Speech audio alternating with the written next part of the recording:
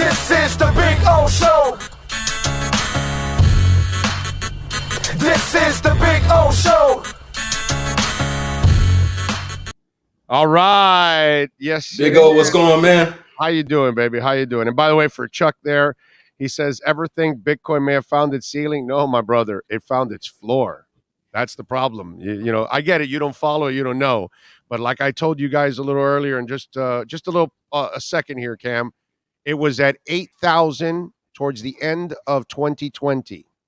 In 2021, it jumped to $67,000. Okay. And now in 2022, it's found a floor right around 40, because that's what happens when things go parabolic. They come back down. The fact that it's found a floor at 40,000 is incredibly impressive. And what's next is a jump to 80 to 90. It's just a matter of time. That's all it is. What it did is it found its floor. The amazing thing is something that goes from 8 to 67 should have dropped a hell of a lot more than 40. That tells you how impressive it is. You're looking at it the completely wrong way, but that's all right. 95% of the world has no idea what they're talking about when it comes to crypto. All right, let's go. How you doing, man? You doing all right? You going to learn about awesome, crypto man. one day? You going to learn about crypto one day? I do a little bit of crypto dabbling here and there, you know. No, really? Not as heavy as you are, but I try to dabble in it a little there. What do you got? I do a little bit of Ethereum. Okay. You know, I haven't dived into Bitcoin. I did get into the Dogecoin meme when it got popular. Did you get rid of it a year or already? so ago? Yeah. Okay. Yeah. Okay. I got rid of it, but I ended up getting in and out and getting a little profit and get out of there. Yeah. So yeah. All right. Well, you need to get on Bitcoin. I'm telling you. Just Okay. saying. Just Gotcha. saying. Put a little aside. You know, put a little side. You know, maybe just, you know, you peel off a little bit from what you make here every month, and Right. and you stash it, and you're gonna thank me. What your daughter's gonna thank me, because really, Right. you know, like I've got Ethereum and Polygon and Avalanche, I Cardano, all of those. When they hit, I'm gonna enjoy all that money. Yeah. But the Bitcoin, that's all going to my daughter, bro. Yeah. I don't. You know, it's not for me. Nah, I've lived my life. You know what I mean? Right. So Right. I'm try to set her ass up, not me. I don't really care already for me, but for her, that's really what it is for. So I know you got your your beautiful daughter. So you know you want to set her up. I'm telling you, man. Ethereum's smart, by the way. Love it. Are you staking it also? No. I just have some shares in it. Yeah. Oh, I gotta teach you how to stake. Because I'm a beginner. You're I'm a beginner in this deal. I bought some shares. I've been holding them, and that's coins. Really been coins. it. Yes. About coins. Yes. Okay. Yes. I don't know the terminology. Big O. I am not as informed. And by the way, our sponsor KSDT has a section of their company that is dedicated to crypto. So for those of us that invest in crypto and you got to do your taxes, even if you're late, call KSDT and they will take care of all your taxes, including any of your crypto issues there. So they actually just filed my taxes. So So we just finished that as well. So there you go. KSDT getting it done, baby. Getting it done. All right. So what do you think about this entire Deebo Samuel mess, dude? First of all, I'm not taking anything from Miami. That's just I was going to say, first of all, he's not going to be a Miami Dolphin. I know Dolphins fans, Dolphins fans, you get a little greedy. You're like, can we have all the best receivers in the league team up? That doesn't work that way. But no. I do think it's interesting because like every receiver, like every big name trade we have had, there's been a clear reason why. Right? Like there's been it's a money issue, or this guy wants to play with this guy, or this guy's just tired of this guy, or doesn't want to play for this team. Like the Deebo thing confuses me because they've been a successful team. It seems like everything is going great. He just had a breakout year. Seemed like his relationship with Kyle Shanahan was good. And then all of a sudden it's like, bam, trade requests, and it's not about money. And so that's the biggest thing that kind of stood out to me, like why? And so I'm seeing like a little bit of the reporting, like, hey, maybe he wants to be closer to home, or maybe he wants to play less running back, all of these things. But to me, these are all things that could be worked out. So my biggest thing is like, why does he want to be traded? Now, that being said, I kind of talked to a couple people in the league, and they feel like San Fran is not saying, hey, we're just going to give him away at this point. So they're going to try their best to keep him. I don't know if there's a way for them to convince him to come back, but the vibe I've got is that they don't want to trade him, and they want to do everything they can to keep him. But I did talk to a coach yesterday who said to watch draft day. He feels like if it's going to happen, it would happen draft day. The Jets were mentioned as a name there. They have 2 first-round picks in the top 10. Do they make that swing? They tried for Tyreek Hill. The Dolphins beat him out. That would probably be the team that I would watch the most in that Deebo Samuel situation. If he doesn't get traded on draft day, then maybe that helps the San Francisco 49ers chances of keeping him and trying to figure things out. But this offseason, I can't remember anything like it regarding wide receivers in particular all pushing their way out, where it's Devontae Adams, Tyreek Hill, now Deebo Samuel. This five or six of the top 5 or 6 receivers, you got to include those 3 in that group, right? So we're changing the whole landscape of the wide receiver position. Well, a couple of weeks. What I laugh at is a couple of weeks ago I brought this up. Nobody was talking about this. They only talk about Deebo Samuel, trade him, picks, money, this, that. We can use him, whatever. This team, our team, everybody, all that. And I'm the guy 2 weeks ago who said, that's a terrible contract. Yeah. Who the hell wants a guy for 5 years that's going to be running into linebackers all the damn time? Yeah. And now finally that's come to air now. Now people are talking about that. And apparently Deebo Samuel's apparently he and his agent probably got smart and figured this out, that this is not a way to live in this league. You're not going to live long. It's nice to develop a player like this. It's freakish because nobody does it. And then here's the quick thing. And then all Dolphin fans, or a bunch of Dolphin fans, you want Deebo Samuel or you want to create a Deebo Samuel. Actually, you don't, because that guy's not going to live very long in this league. He's going to die quickly.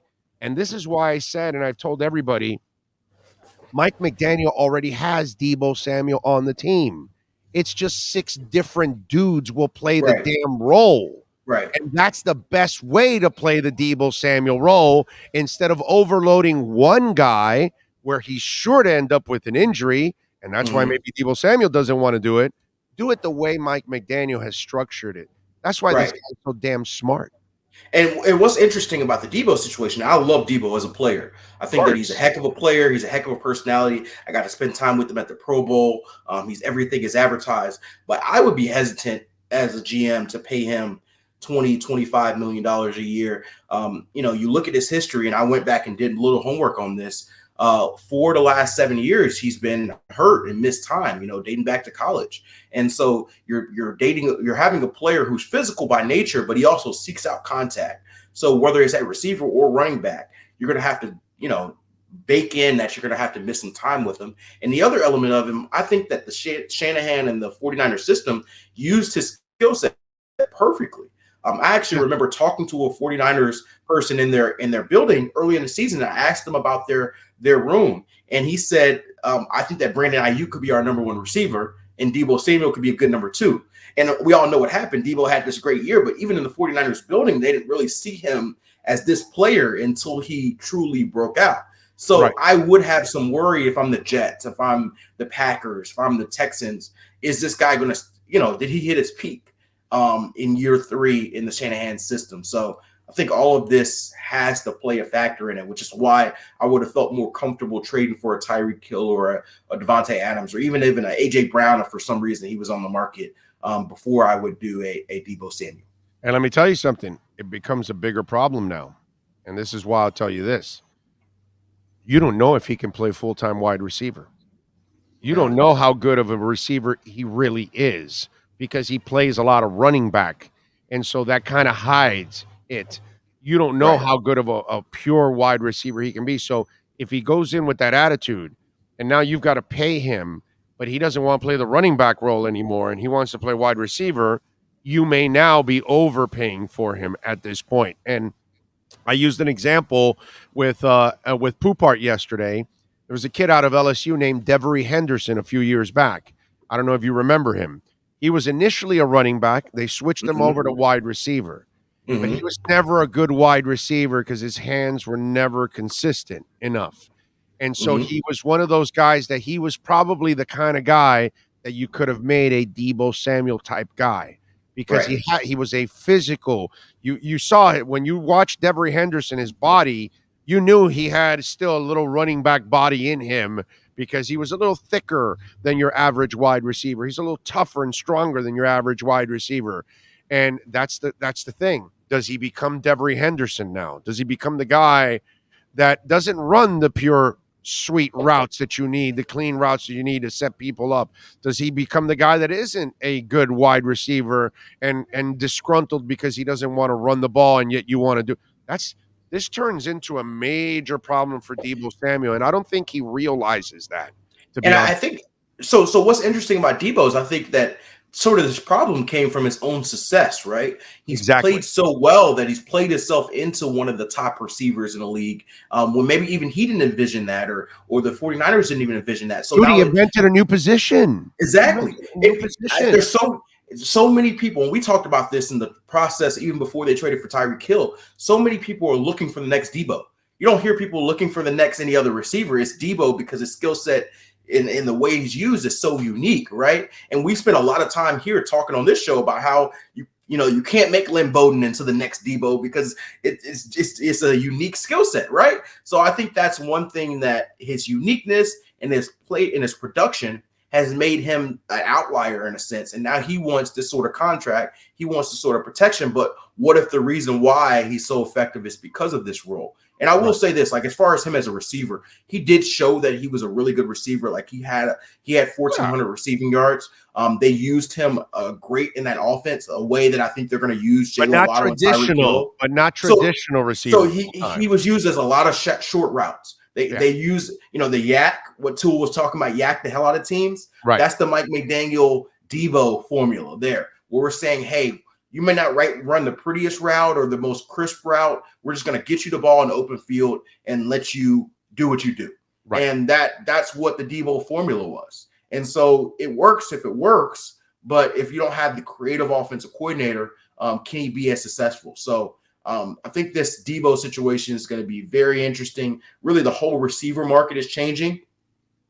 And I think the draft is going to be impacted by as well. I think you're going to see more receivers drafted than ever because teams are trying to get ahead of that salary allotment that they're seeing that receiver position given. You get a guy like Christian Kirk, who has really never been above a number 3 receiver in his career, getting $18 million a year from Jacksonville to be a number 1.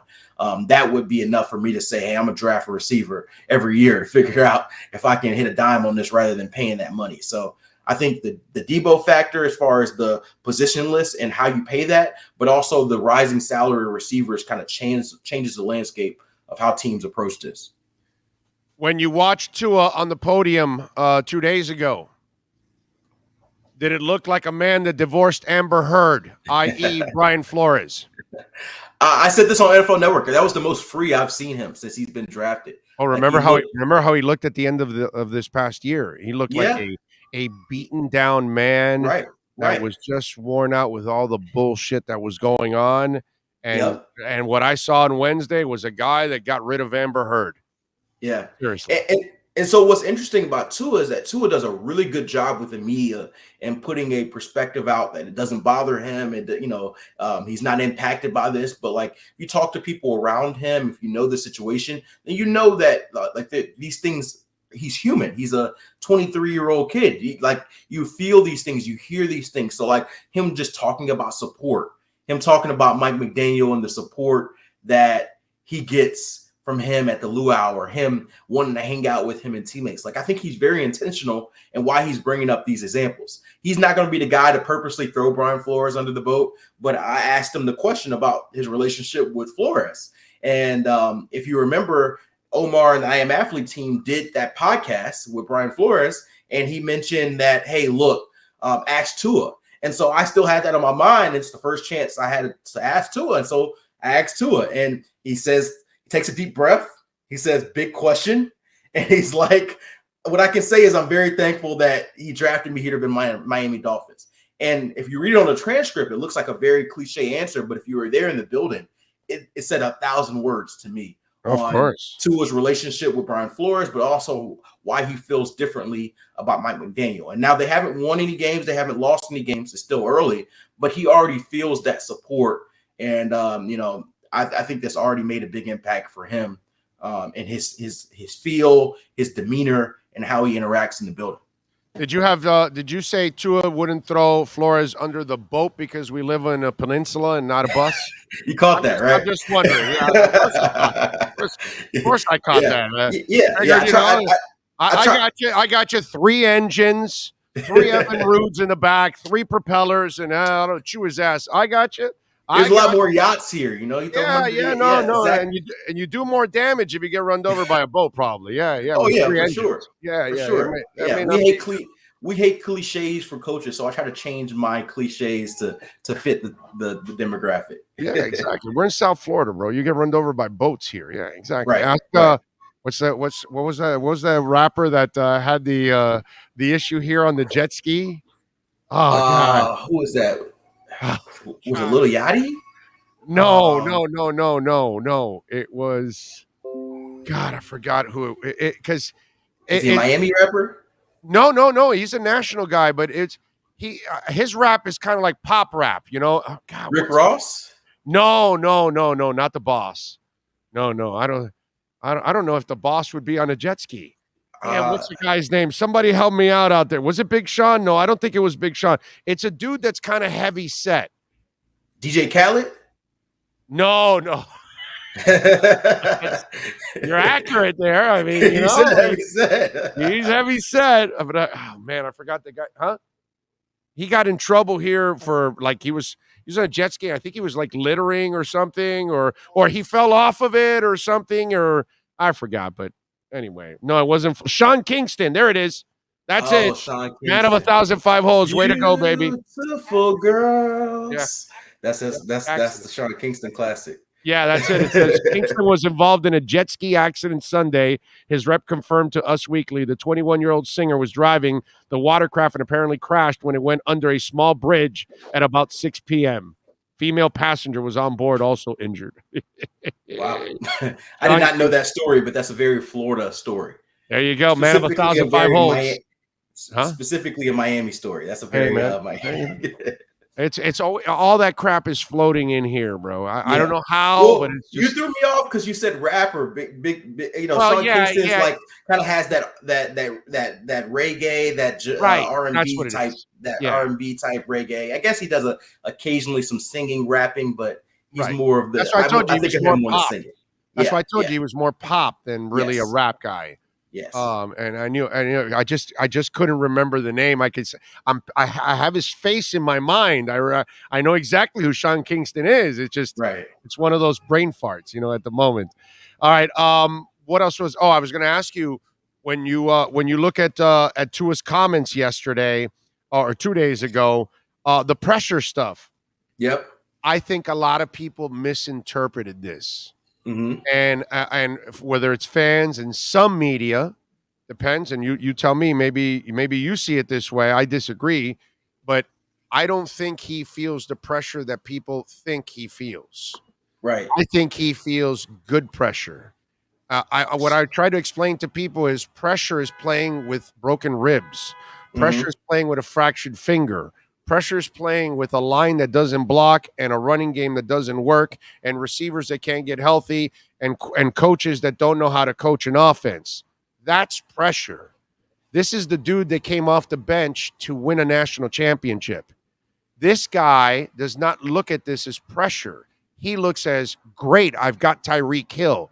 Now I can do what I can do. Great, I've got Cedric Wilson. Now I can do what I can do. Great, I've got the offensive lineman, I'm brain farting, Connor Williams and Teron Armstead. Now I can do what. There's an eagerness now to go prove what you want to do. There actually isn't any kind of hesitation for players like this. Right. I don't think you're around athletes like I've been around athletes.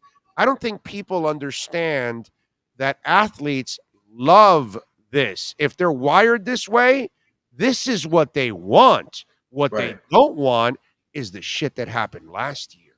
Yeah. So when you were saying that, it made me think of Ja Morant quote. I was watching the Grizzlies last night come back from that game, and he said that he loves the hostility because it brings the most energy out of him. He said it, and I love the quote because it was funny. He said, "My dad was my first hater, so nobody can hate me. Nobody can hate me more than that." And so when I think about Tua, I think about the fact that his dad was very hard on him growing up. Right. And he's been very transparent in that. And so I don't think there's anything that's too much for him. But that being said, I do think that he understands the reality of the situation. Yeah, I don't think he obsesses about it like we do on talk shows or we do here about this being a make or break year. I don't think he looks about it in that lens. But I think he does realize, like, hey, they did take care of me. They gave me the support. They got me my receivers. They got me my offensive line. Now I've got what I needed, and now it's time for me to go do it. So I think he does put the onus on himself. You don't hear him making excuses.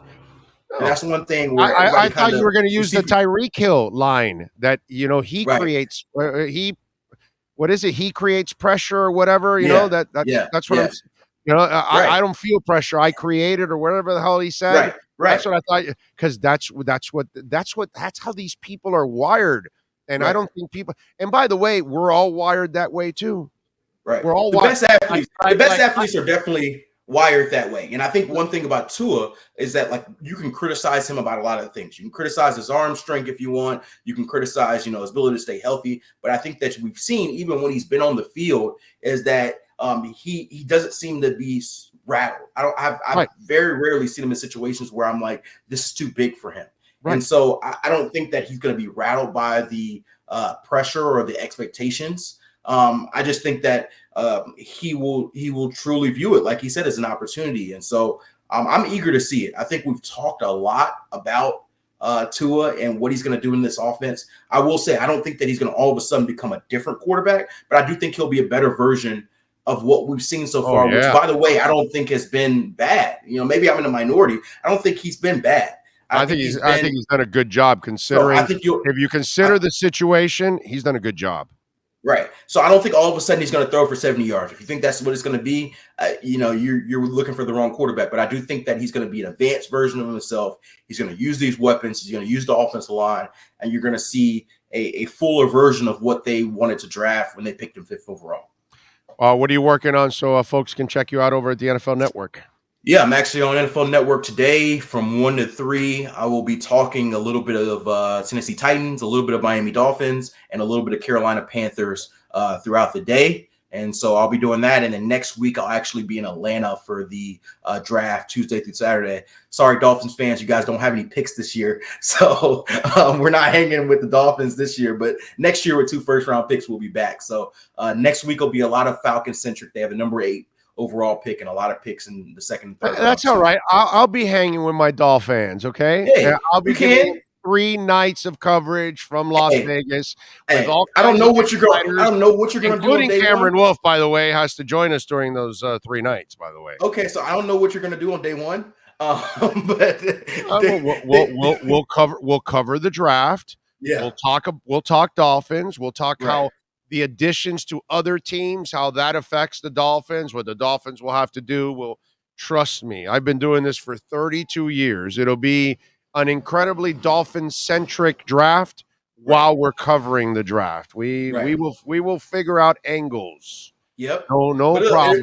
It'll get, one thing I will say, it'll get a fun around the 3rd and 4th round for the Dolphins. I do think that's the strength of this draft. And so I think that, I won't be talking a lot of Dolphins on network until we get into Friday and Saturday, but I do think that they still have a couple picks where they can make an impact in the draft. But a lot of Tyreek Hill highlights for Chris Greer and company. Nothing wrong with that. Nothing wrong with that. Follow him on Twitter at Cameron Wolfe, and of course, you can catch him on the NFL Network. They are doing his thing. Cam, thank you as always, my friend. Appreciate you. All right, appreciate you, Big O. You got it. KSDT CPAs for your personal or business. They are the firm you need to call.